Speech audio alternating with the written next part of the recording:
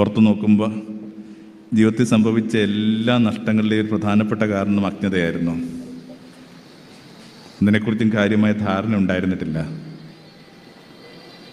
ഇപ്പോൾ ശരീരമൊക്കെ ആയിട്ട് സംഭവിക്കുന്ന ചില പാളിച്ചകൾ,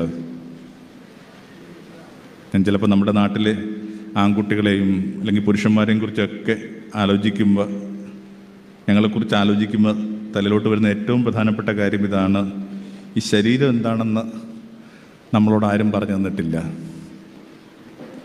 എന്താണ് ഈ ഒരു ഹ്യൂമൻ ബോഡി എന്നുള്ളത്? പെൺകുട്ടികൾ ഭാഗ്യവതികളാണ്.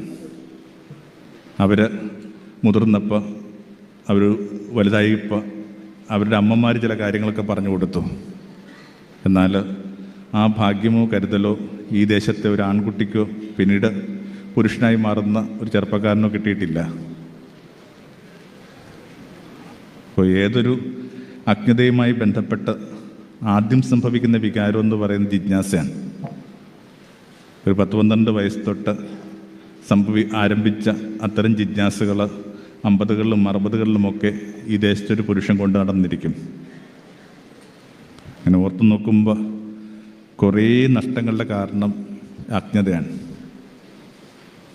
ശരീരമൊക്കെ എന്തൊരു പ്രഷ്യസ് ഗിഫ്റ്റായിട്ടൊക്കെയാണ് വേദപുസ്തകം പറയുന്നത്. എന്താ കുർബാന കഴിഞ്ഞിട്ടേ ഉള്ളൂ. എന്താ കുർബാന എന്ന് പറയുന്നത്? ഇങ്ങനെ ശരീരമെടുത്ത് വാഴ്ത്തിയ ഓർമ്മപ്പെടുത്തലാണ്. അവൻ്റെ ശരീരമെടുത്ത് വാഴ്ത്തി, ഇതെൻ്റെ ശരീരമാണ്.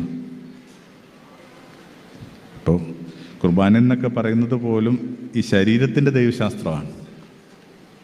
എന്നിട്ട് അത്തരം എന്തെങ്കിലും ഒരു പരിഗണനകളോ ശ്രദ്ധയോ നമുക്ക് ആരെങ്കിലും കൈമാറിയിട്ടുണ്ടോ? ഒരു പിടുത്തവും കിട്ടിയിട്ടില്ല ശരീരത്തെക്കുറിച്ച്. വേദപുസ്തകം ഇങ്ങനെ സെക്സിന് വേണ്ടി ഉപയോഗിക്കുന്ന വാക്ക് ശ്രദ്ധിക്കണം. ഉപയോഗിക്കുന്ന വാക്ക് അവളെ അറിഞ്ഞു അല്ലെങ്കിൽ അറിഞ്ഞില്ല എന്നൊക്കെ ഒരു വാക്ക് ഉപയോഗിക്കുന്നത്. എന്തൊരു കുലീനമായ പദമാണ് ഇത്തരം ചില കാര്യങ്ങൾക്ക് വേണ്ടി, ശരീരത്തിന് വേണ്ടിയൊക്കെ ഇങ്ങനെ വേദപുസ്തകം കരുതി വച്ചിരിക്കുന്നത്. എന്നിട്ടും നമ്മൾ നമ്മുടെ ചെറുപ്പത്തിൽ വിചാരിക്കുന്നു ഈ പറഞ്ഞ കാര്യങ്ങളൊക്കെ ഇങ്ങനെ ശരീരത്തിൻ്റെ മാത്രം ചില കാര്യങ്ങളാണ്. എങ്ങനെയാണ് ഈ ഫോണൊക്കെ നമ്മൾ അഡ്രസ്സ് ചെയ്യേണ്ടത്? നമ്മൾ ഉപയോഗിക്കുന്ന നമ്മൾ കടന്നു പോകുന്നൊരു കാലത്തിനകത്ത് ഇതിൻ്റെയൊക്കെ സാധ്യതകൾ നമുക്കറിയാം, നമ്മുടെ വിരൽത്തുമ്പിലാണ്. And how do you address ഈ ഫോണെന്നൊക്കെ പറയുന്ന കാര്യം എങ്ങനെ അഡ്രസ്സ് ചെയ്യുന്നത്? എന്താ ഈ ഫോണെന്ന് പറയുന്നത്? അത് വളരെ സിമ്പിളായൊരു സംഭവമാണ്. ഇങ്ങനെ ഒരു പുസ്തകമുണ്ട്, അതിനകത്ത് പറയുന്നൊരു അധ്യായം ആരംഭിക്കുന്നത് ഇങ്ങനെയാണ്: McDonald is not food. McDonald is not food. മക്കൾക്ക് മാക്ഡൊണാൾഡ് എന്താണെന്നറിയാം. ലോകത്തെ എല്ലായിടത്തും തങ്ങളുടെ വിൻഡോ ഉള്ള ഒരു വലിയ ഭക്ഷ്യ ശൃംഖലയുടെ പേരാണ് അല്ലെങ്കിൽ വലിയൊരു റെസ്റ്റോറൻറ്റ് ഉടമയുടെ പേരാണ് ഈ മാക്ഡൊണാൾഡ് എന്ന് പറയുന്നത്, അല്ലെങ്കിൽ സിസ്റ്റത്തിൻ്റെ പേരാണ്. എല്ലായിടത്തും ഉണ്ട് ഇവർക്ക് ഇവരുടേതായ ഇടങ്ങൾ. പക്ഷേ ഈ സ്റ്റേറ്റ്മെൻറ്റ് ശ്രദ്ധിക്കണം: മാക്ഡൊണാൾഡ് ഈസ് നോട്ട് ഫുഡ്. എന്താ അതിൻ്റെ അർത്ഥം? നിങ്ങൾ ലോകത്തെവിടെ നിന്നും ഒരു മാക്ഡൊണാൾഡിൻ്റെ ഔട്ട്ലെറ്റിൽ നിന്ന് ഒരു ഭക്ഷണം വാങ്ങി കഴിക്കുമ്പോൾ അതിന് ഒരേ ടേസ്റ്റ് ആയിരിക്കും. ടേസ്റ്റ് ലോക്ക്ഡാണെന്നാണ് പറയുന്നത്. പക്ഷേ നിങ്ങൾക്കറിയാം, നിങ്ങൾ കഴിക്കുന്ന ഭക്ഷണത്തിന് ആ ടേസ്റ്റ് ലോക്കില്ല. ഇന്ന് രാവിലെ നിങ്ങൾ കഴിച്ച പ്രാതൽ, അത് ഇഡലിയോ ദോശയോ എന്തോ ആയിക്കൊള്ളട്ടെ, നിങ്ങളുടെ വീട്ടിൽ കഴിക്കുന്ന ഇഡലി പോലെയല്ല. ഉച്ചത്തെ ചോറിൻ്റെ വേവ് പോലും രണ്ടാണ്. ഓരോ വീട്ടിലും ഓരോ വേവാണ്, ഓരോ വേവിലും ഓരോ പുതിയ വേവാണ്. അപ്പോൾ ഇങ്ങനെ വളരെ പർട്ടിക്കുലറായിട്ടുള്ള പേഴ്സണലായിട്ടുള്ള ഒന്നിൻ്റെ പേരാണ് ഫുഡെന്ന് പറയുന്നത്. പക്ഷെ മാക്ഡൊണാൾഡ് പറയുന്നു ഈ ഫുഡ് എല്ലായിടത്തും ഒരുപോലെ തന്നെയാണ്, ഒരേപോലെ തന്നെ വ്യാപരിക്കേണ്ട ഒരു കാര്യമാണ്. അപ്പോൾ സ്റ്റേറ്റ്മെൻറ്റ് വളരെ സിമ്പിളാണ്: മാക്ഡൊണാൾഡ് ഈസ് നോട്ട് ഫുഡ്. അത് അങ്ങനെയെങ്കിൽ പോൺ ഈസ് നോട്ട് സെക്സ്. കാരണം പോൺ പറയാനായിട്ട് ശ്രമിക്കുന്നത് എന്താണ്? ജനറിക്കായിട്ടുള്ള ചില സെക്സ്വലായ സങ്കല്പങ്ങളാണ്. ശരീരത്തിന് മാത്രം പ്രവേശനമുള്ള, അതിനകത്ത് ഒരാന്തരികയും സന്നിവേശിക്കപ്പെടാത്ത, സ്നേഹത്തിൽ നിന്ന് സംഭവിക്കാത്ത ഒരു കാര്യമാണ് ഈ പോൺ പറയാനായിട്ട് ശ്രമിക്കുന്നത്. അപ്പോൾ ചുരുക്കത്തിൽ എല്ലാ പ്രതിസന്ധികളുടെയും ഒരു പ്രധാനപ്പെട്ട കാരണം നമ്മുടെ അജ്ഞതയായിരുന്നു. ഒന്നും കൃത്യമായിട്ട് കണ്ടെത്താനോ മെഡിറ്റേറ്റ് ചെയ്യാനായിട്ട് ആരും നമ്മളെ സഹായിച്ചിട്ടില്ല. ഞാൻ കേട്ടുള്ളതിൽ വെച്ച് ഏറ്റവും തീവ്രമായ ഒരു സെക്സ് സ്റ്റോറി ഇതാണ്. പഴയൊരു ഗൾഫ് പശ്ചാത്തലമാണ്. ഒരു വീട്ടിലെ ഏറ്റവും മുതിർന്ന ഒരാൾ ഗൾഫിൽ പോകുന്നു. അയാൾ കുറച്ചൊക്കെ സെറ്റിലായി കഴിഞ്ഞപ്പോൾ കല്യാണം കഴിക്കുന്നു. കല്യാണം കഴിഞ്ഞ് ആദ്യത്തെ അവധിക്ക് അല്ലെങ്കിൽ കല്യാണം കഴിഞ്ഞ് ഒരു മാസത്തിനുള്ളിൽ പിരിഞ്ഞു പോകുമ്പോൾ അയാൾ അവൾക്ക് കൊടുത്ത വാക്കിങ്ങനെയാണ്: ലോകത്ത് എവിടെയായിരിക്കുമ്പോഴും ഞാൻ എൻ്റെ ഇടതുകരം നിനക്ക് വേണ്ടി വിരിച്ചു പിടിച്ചിട്ടുണ്ടാവും. അത് നിനക്ക് കിടക്കാൻ വേണ്ടിയാണ്. വർക്ക് സൈറ്റിൽ കിടന്നുറങ്ങുമ്പോഴും ഡോമട്രി കിടന്നുറങ്ങുമ്പോഴും പിന്നീട് സ്വന്തമായിട്ടൊരു സെല്ലുണ്ടാകുമ്പോഴുമൊക്കെ ആൾ ചെയ്തുകൊണ്ടിരുന്നൊരു കാര്യം ഇത് മാത്രമായിരുന്നു: ഈ ഇടതുകരം ഇങ്ങനെ വിരിച്ചു പിടിക്കുക. അത് അവൾക്ക് വേണ്ടിയുള്ളതാണ്.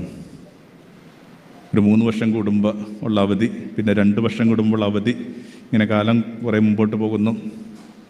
10-60 വയസ്സായ ഈ മനുഷ്യൻ ജോലി നിർത്തി വരുന്നു. പക്ഷെ ഒരു ശീലം കണക്ക് അയാൾ ഉറങ്ങുമ്പോഴൊക്കെ ചെയ്തുകൊണ്ടിരുന്നൊരു കാര്യം ഇതാണ്: ഈ ഇടതുകരം ഇങ്ങനെ വിരിച്ചു പിടിച്ച് കിടക്കുക. അയാൾക്കിങ്ങനെ മാരകമായൊരു രോഗമുണ്ടായി. ആ രോഗക്കിടക്കയിൽ ഞാനദ്ദേഹത്തെ പോയി കാണുമ്പോഴും ഒരു സെക്കൻഡ് നേച്ചർ കണക്ക് ചെയ്തുകൊണ്ടിരുന്ന ഒരൊറ്റ കാര്യം ഇതാണ്: കൈ ഇങ്ങനെ വിരിച്ചു പിടിച്ച് കിടന്നുറങ്ങുക. അങ്ങനെയൊക്കെ തന്നെയാണ് അദ്ദേഹം കടന്നു പോയതും. And this is sex. എവിടെയായിരിക്കുമ്പോഴും എൻ്റെ സ്നേഹത്തിൻ്റെ കാന്തിക വലയത്തിൽ താങ്കൾ കിടമുണ്ടെന്നുള്ള ധൈര്യത്തിൻ്റെ പേരാ സെക്സ്. ഇത്തരം കുലീനമായ ഭാവനകളാണ് ഈ അജ്ഞതയിലൊക്കെ വല്ലാതെ അച്ചുടക്കപ്പെടുന്നത്. ഇപ്പം എന്തിൻ്റെയും ഒരു പ്രധാനപ്പെട്ട പ്രശ്നം അജ്ഞതയായിരുന്നു. ഒന്നും ഖനനം ചെയ്യാനായിട്ട് ആരും നമ്മളെ സഹായിച്ചിട്ടില്ല. നമ്മളാവട്ടെ അതിന് കാര്യമായിട്ട് ശ്രമിച്ചിട്ടുമില്ല. ഇപ്പം ഞങ്ങളുടെയൊക്കെ കാലത്തുണ്ടായിരുന്ന വലിയൊരു അപരാധം എന്ന് പറയുന്ന പരിഹാസമായിരുന്നു, ബോഡി ഷെയ്മിങ്. ഇപ്പം എന്തുകൊണ്ടാണ് നിങ്ങളുടെ ഇടയിൽ അതില്ലാത്തത്? ഞങ്ങളുടെ കാലത്ത് ഞങ്ങൾ ഉപയോഗിച്ചിരുന്ന പല പദങ്ങളും ഈ 19 വയസ്സൊക്കെ ഉള്ള ഞങ്ങൾ ഒരു കടന്നു പോകുമ്പോൾ, 80 70 വയസ്സിന് ശേഷം കടന്നു പോകുമ്പോൾ ഈ മലയാള ഭാഷ ഇന്ന് ഡിലീറ്റ് ചെയ്യപ്പെടും. നിങ്ങളാ വാക്ക് ഉപയോഗിക്കുന്നില്ല. എൻ്റെ കൂടെ ആശ്രമത്തിൽ ചേർന്ന ഒരു ചെറുപ്പക്കാരനുണ്ടായിരുന്നു. അയാൾ ആ സമയത്തിങ്ങനെ ഒരു നല്ലൊരു നൃത്തത്തിലൊക്കെ വൈദഗ്ധ്യമുള്ള ഒരാളായിരുന്നു. സ്കൂളിലൊക്കെ ഇങ്ങനെ കലാതിലകം അങ്ങനെയൊക്കെ ആയിരുന്ന ഒരാളാണ്. പക്ഷേ ഈ മനുഷ്യൻ്റെ സ്ത്രൈണ പ്രത്യേകതകൾ കൊണ്ട് ജീവിതകാലം മുഴുവൻ ഇയാൾ അപഹസിക്കപ്പെട്ടു. അയാളുടെ നടപ്പിനെ മനുഷ്യൻ അനുകരിക്കുന്നു, അയാളുടെ സംഭാഷണത്തെ അനുകരിക്കുന്നു, അയാൾ മാറി നിൽക്കുന്ന രീതിയെ ഇങ്ങനെ മിമിക്രി കാട്ടുന്നു. ഞാനീ പറഞ്ഞ ജോസഫ് സക്കറിയ എന്ന് പറഞ്ഞ എൻ്റെ ആ കൂട്ടുകാരൻ ഇപ്പം ഇല്ല. അയാളൊരു 10-35 വയസ്സായപ്പോൾ ആത്മഹത്യ ചെയ്തു. എന്തായിരുന്നു അയാളുടെ ആത്മഹത്യയുടെ ട്രിഗർ പോയിന്റ് എന്ന് നമുക്കറിഞ്ഞുകൂടാ. പക്ഷേ ഒരു ഓർമ്മ വെച്ച കാലം തൊട്ടേ അയാൾ കടന്നു പോയിരിക്കുന്ന അപമാനം അതിൻ്റെ ബാക്ക്ഡ്രോപ്പിലുണ്ട്. പക്ഷെ നിങ്ങൾ മനുഷ്യൻ്റെ ശരീര പ്രത്യേകതകളുടെ പേരിൽ ആരെയും അപമാനിക്കാറില്ല. എന്താ കാര്യം? നിങ്ങളുടെ കാലത്തിന് ഒരു പുതിയ അറിവുണ്ട്, ഞങ്ങളുടെ കാലത്തിനില്ലാത്ത പോയ അറിവ്. ഞങ്ങളുടെ കാലത്ത് 2 തരം മനുഷ്യരുണ്ടായിരുന്നുള്ളൂ. ഒരു ഫോം പൂരിപ്പിക്കുമ്പോഴും 2 കോളമേ ഉള്ളൂ, മെയിൽ ഓർ ഫീമെയിൽ. പിന്നെ എങ്ങനെയൊക്കെ ഞങ്ങൾ മടങ്ങിപ്പോകുന്നതിനേക്കാൾ മുമ്പേ മറ്റൊരു കോളം കൂടി വന്നു, ഈ പറഞ്ഞ ട്രാൻസ്ജെൻഡർ, 3ാം കരയിൽപ്പെട്ടു പോയ മനുഷ്യരെ.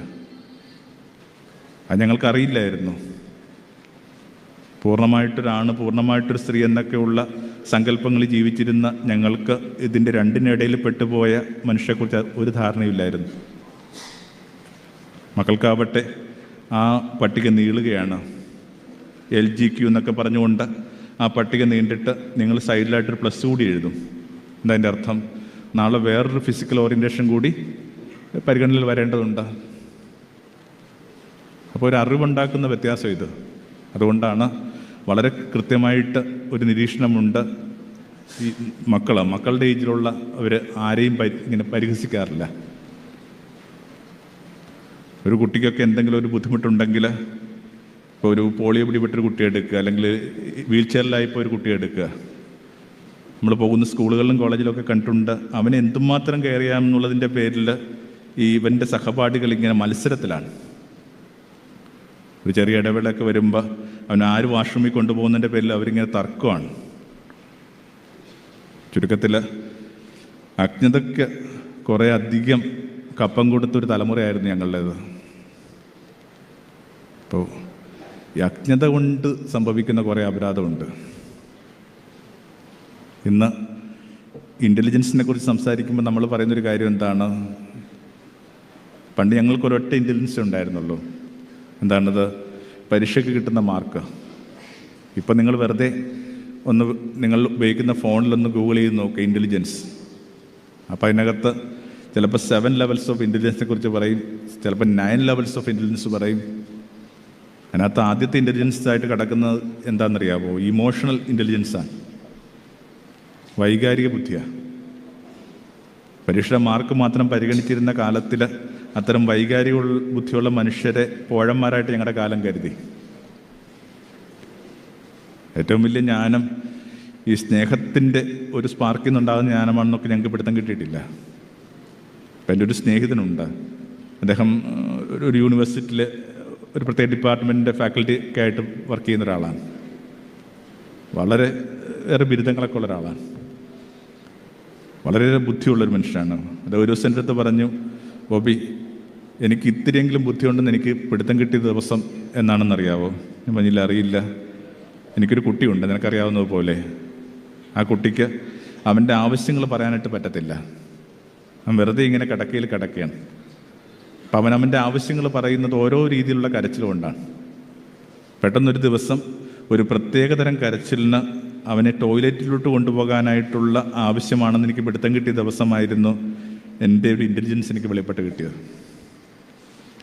പല രീതിയിൽ കരയുന്ന, ഒന്നും വെളിപ്പെടുത്താനായിട്ട് പറ്റാത്ത ഒരു കുട്ടിയുടെ ഒരു പ്രത്യേക കരച്ചിൽ അവനെ വാഷ്റൂമിൽ കൊണ്ടുപോകാൻ നേരമായെന്ന് പിടുത്തം കിട്ടുന്ന സംഭവത്തിൻ്റെ പേരാണ് ഈ പറഞ്ഞ ഇമോഷണൽ ഇൻ്റലിജൻസ്. കൂടെ പാർക്കുന്നവർക്ക് വിഷമം വരുന്നു, കൂടെ പാർക്കുന്നവർ അപമാനിതരാകുന്നു, സംസാരിച്ചു കൊണ്ടിരിക്കുമ്പോൾ എതിരിയിരിക്കുന്ന ആളുടെ മുഖത്തെ പ്രകാശം കെട്ടുപോയി, മടങ്ങിപ്പോകുമ്പോൾ അയാൾ കൂനിപ്പിടിച്ചു പോകുന്നു. ഇതൊക്കെ പിടുത്തം കിട്ടുന്നൊരു ഇൻ്റലിജൻസ് ഉണ്ട്. അപ്പം അതിനുവേണ്ടിയാണ് മക്കൾ പ്രാർത്ഥിക്കേണ്ടത്. ഇങ്ങനെ കുറേ കൂടി അറിവിന് വേണ്ടി പ്രാർത്ഥിക്കുക, എല്ലാ തരത്തിലുള്ള അറിവ്, വിശേഷം വൈകാരികമായ ഒരു ഇൻ്റലിജൻസിന് വേണ്ടി പ്രാർത്ഥിക്കുക, അതിൻ്റെ പ്രകാശത്തിലായിരിക്കുക.